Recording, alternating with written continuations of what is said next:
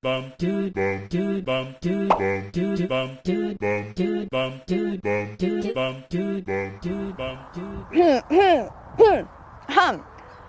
大家好，我是你们的晶晶，好久不见，甚是想念啊！今天风和日丽，万里晴空无云，所以呢，我就出来晒晒太阳，把我这个小咸鱼翻个面哈。然后今天呢，正好出来晒太阳，然后呢，刚好收到一个。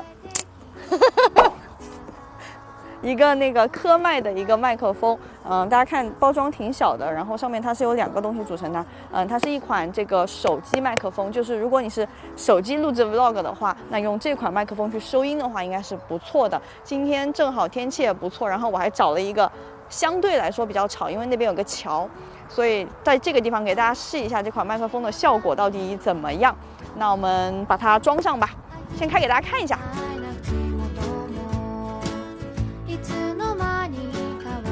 好，我已经用最快的速度把它拆开了啊，有2个东西，里面一个是发射器，然后一个接收器，我们一个一个说啊。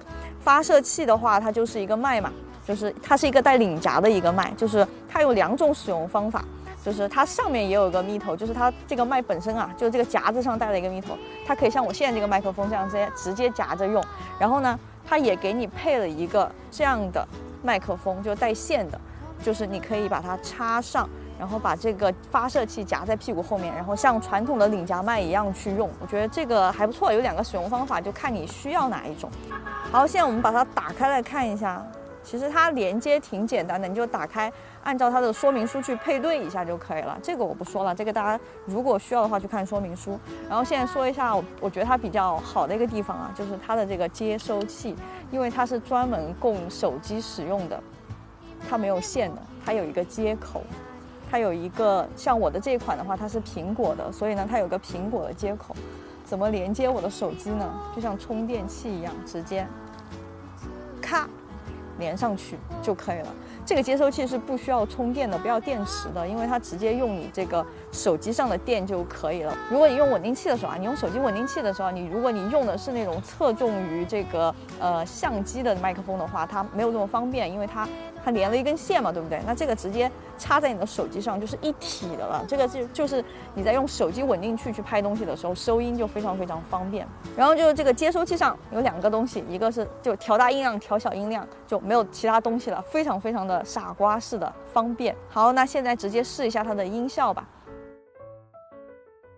现在是带上麦克风的状况啊，我走远一点，大家听一下效果怎么样？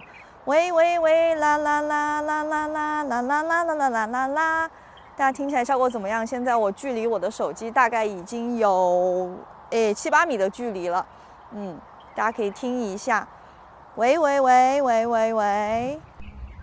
现在我把麦克风拆掉了，喂喂喂喂喂喂，还能听到我唱歌吗？喂喂喂喂喂喂喂喂喂喂喂，哔哔哔，1、2、3 ，test 1、2、3。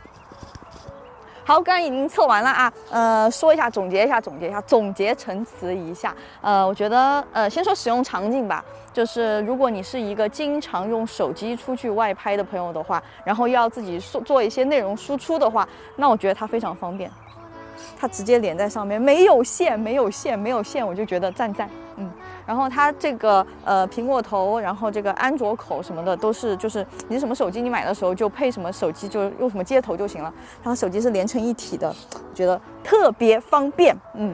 然后说一下效果啊，我觉得就是中规中矩吧。就是你出去录的时候，反正是比你手机直录肯定是要好很多的。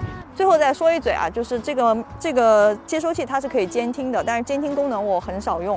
就是如果你有摄影师在帮你拍的话，那你站得比较远的话，它是可以通过这个接收器的这个监听耳机孔带一个耳机就能听清楚你在说什么。这个呢，就是在你有摄影师的情况下用的比较多。那这一期就到这里了，我去游山玩水去了，那拜拜。